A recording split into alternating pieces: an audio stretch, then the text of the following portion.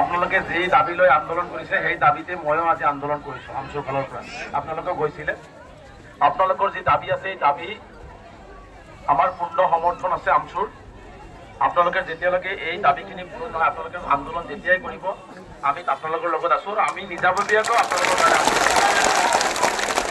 আমাৰ মূল কথা হৈছে যে একফালে যিটো আমাক ভাগ কৰি কৰি উচ্ছেদ কৰি যে কোনো কিছুমানক মিয়া উচ্ছেদ কৰিলে একো নাই, আকৌ যিসকলক চাৰ্টিফিকেট দিছে আমাৰ খিলঞ্জীয়া বুলি চাৰ্টিফিকেট দিয়ে মুখ্যমন্ত্ৰীয়ে, আজি দেশী গৰিয়া মৰিয়া জোলহা সেইসকল আচলতে মুখ্যমন্ত্ৰীৰ টাৰ্গেট হৈছে ধৰ্মীয় সংখ্যালঘু, মানে ধৰ্মীয় সংখ্যালঘুসকলক টাৰ্গেট। ইয়াত কোনো খিলঞ্জীয়াৰ চাৰ্টিফিকেটো কাম নিদিয়ে, একো কাম নিদিয়ে, তেওঁলোকে এই ধৰণে উচ্ছেদ কৰিব বিচাৰিছে।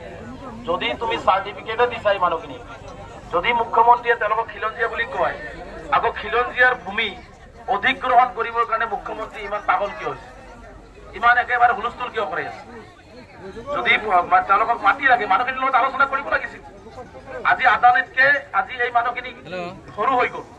আজি ইয়াত যুগ যুগ ধৰি বসবাস কৰা নিজৰ মাটি তথাপি চৰকাৰী ভূমিও নহয়, চৰকাৰী ভূমি হলেও চৰকাৰে তেওঁলোকক ভূমি দি তেওঁলোকক উচ্ছেদ কৰিব লাগিব, কিন্তু চৰকাৰী ভূমিও নহয়, তেওঁলোকৰ নিজৰ মাটি তাতেও তেওঁলোকে উচ্ছেদ কৰিব, তাতেও আকৌ চাৰ্টিফিকেট দিছে খিলঞ্জীয়া।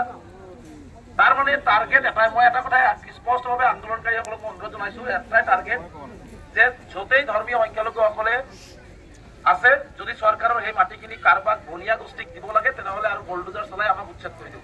এইটো আমি কেতিয়াও মানি নলওঁ, আমি এইটো কেতিয়াও মানি নলওঁ।